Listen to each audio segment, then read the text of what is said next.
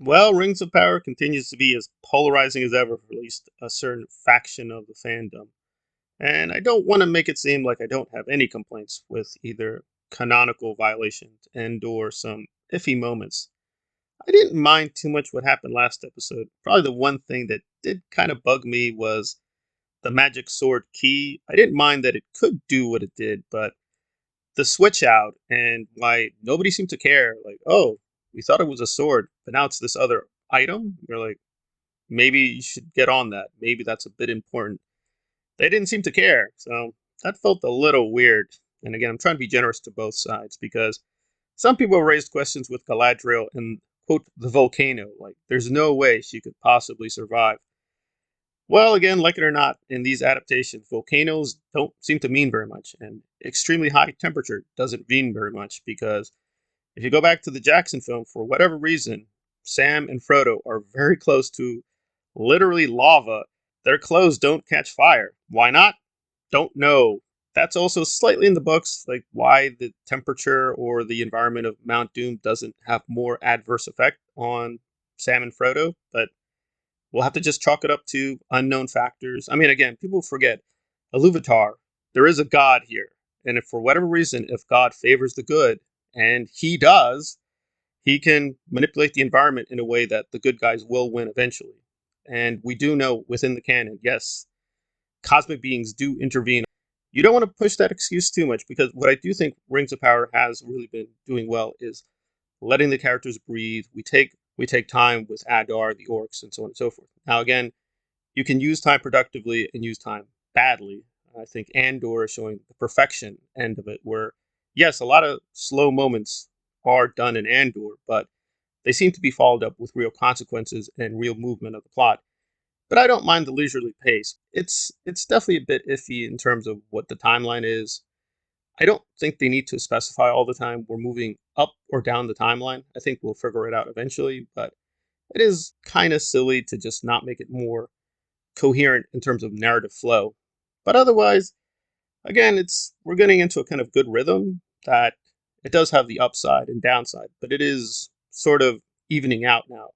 The costumes are pretty good, the music is pretty good, the character work is okay, the dialogue keeps bouncing back and forth. Some moments are kind of cringy, some moments are okay, some moments are excellent.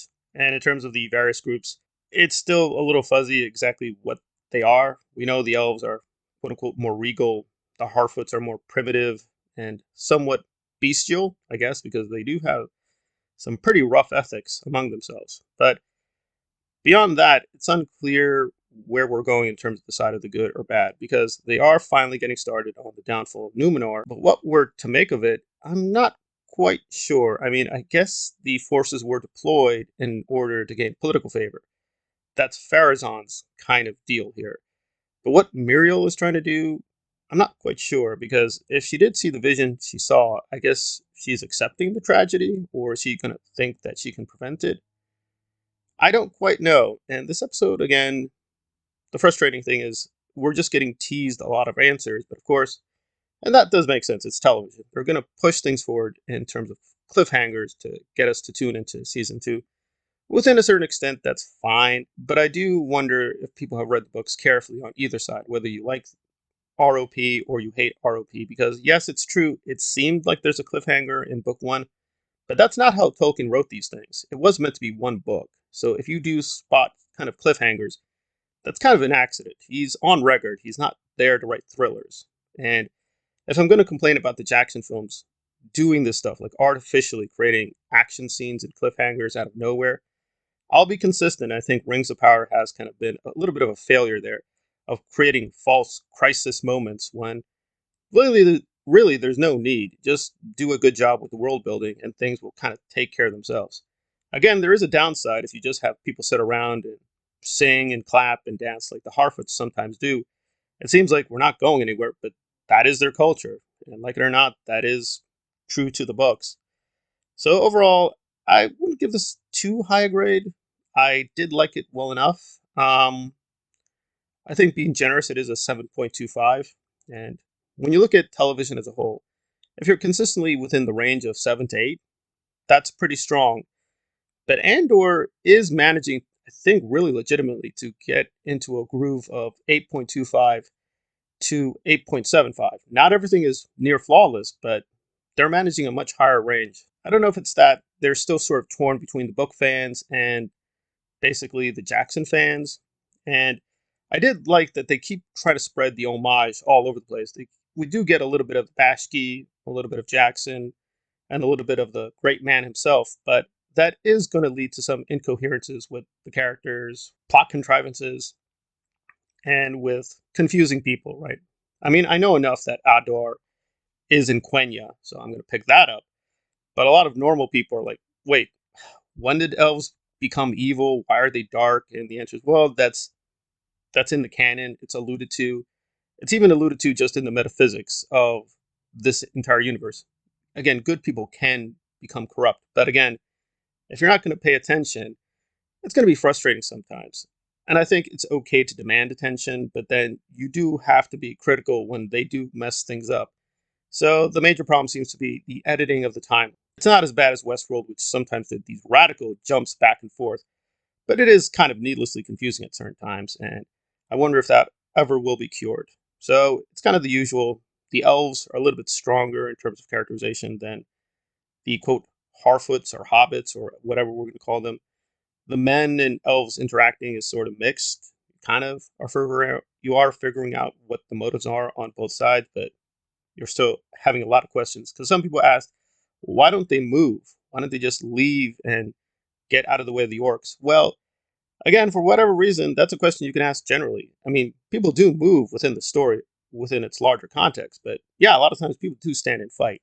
You can ask similar questions about the entire thing, like why would Feanor be stupid enough to try to kill Morgoth all by himself with just a few elves? That just seemed complete suicide. I agree, that seemed pretty irrational and stupid, and that is why he died, but he did do it. So characters will make some crazy decisions, like why did Gandalf tell everyone, hey, let's just have a guerrilla force to distract Sauron, even though we'll probably be killed?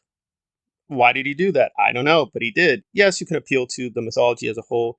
It's somewhat erratic in terms of why it's coherent in some cases and not coherent in another.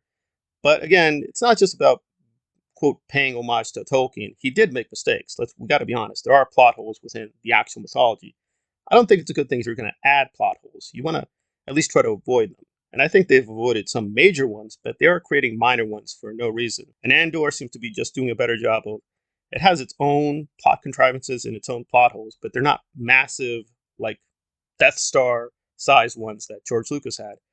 And relatively speaking, they are doing a slightly better job in adapting their material than here. Make of that what you will, that Andor is doing a better job with the pacing, whereas here it still feels like they haven't quite figured out who exactly they're aiming this thing at. It seems aimed at both the hardcore and the softcore, and it's upsetting both because they want more precision and more fidelity. And there definitely is a sacrifice, but the sacrifices could be done, I think, much more better and much more systemically, curing some of the internal problems with the mythology before they started than they're doing currently at the moment. And that is where we are with Rings of Power.